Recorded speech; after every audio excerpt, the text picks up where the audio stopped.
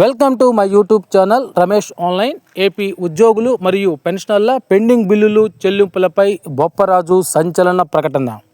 ఇలాగైతే కోర్టుకు వెళ్ళి పెండింగ్ బకాయిలను సాధించుకుంటాం అనే హెడ్లైన్తో ఉన్నటువంటి వీడియోని అయితే మనం చూస్తున్నాం.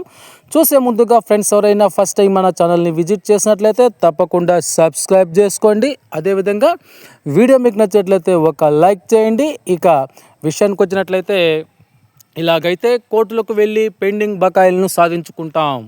బొప్పరాజు వెంకటేశ్వర్లు, ఏపీజేఏసీ అమరావతి అధ్యక్షుడు.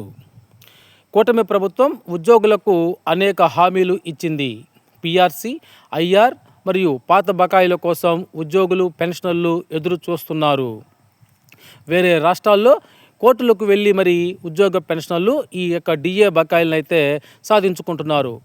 కేవలం ప్రభుత్వం మీద గౌరవంతో బకాయిల కోసం కోర్టులకు వెళ్ళటం లేదు. ఇలాగైతే కోర్టులకు వెళ్ళి బకాయిలను సాధించుకోవలసి వస్తుంది. దయచేసి ఎన్నికల్లో ఇచ్చినటువంటి హామీలను, ఉద్యోగ పెన్షన్ల కోసం ఇచ్చిన హామీలను నెరవేర్చుకోండి. ఉద్యోగుల బకాయిలో కేవలం 10% మాత్రమే ఇప్పటి వరకు చెల్లించారు. ప్రభుత్వం 4 డిఏ బకాయిలు అయితే పెండింగ్లో ఉంది. పీఆర్సీ కమిషన్ వేయడానికి ఎందుకు మేనమేషాలు లెక్కిస్తున్నారు? వేరే రాష్ట్రాల్లో కోర్టులకు వెళ్ళి డిఏ బకాయిలను సాధించుకుంటున్నారు. ఒక్క రిటైర్డ్ ఉద్యోగులకే ప్రభుత్వం 6-7 వేల కోట్ల రూపాయలు బకాయిలుగా ఉంది. ఉద్యోగులకు మొత్తంగా 20 వేల కోట్ల రూపాయల వరకు ప్రభుత్వం బకాయి ఉంది. ఉద్యోగ ఆరోగ్య స్కామ్గా మారిందని ఆయన అన్నారు. ఒక ఉద్యోగి అనారోగ్యంతో బాధపడితే 5 లక్షల రూపాయలు ఖర్చు చేస్తే కేవలం 90,000 రూపాయలు మాత్రమే బిల్లుని మంజూరు చేయటం దారుణమన్నారు.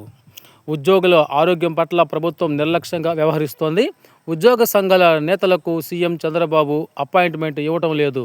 మేమేమి పెద్ద కోరికలు అడగటం లేదు. మాకు ఇవ్వాల్సిన బకాయిలను మాత్రమే అడుగుతున్నాం. మా సమస్యలను పరిష్కరించకపోతే ఉద్యమానికి మేము సిద్ధం అని ఈ సందర్భంగా ఏపీజేఏసీ అమరావతి అధ్యక్షుడు బొప్పరాజు వెంకటేశ్వర్లు అయితే ఈ విధంగా ప్రభుత్వానికి తమ విషయాన్ని అయితే తెలియజేయడం జరిగింది.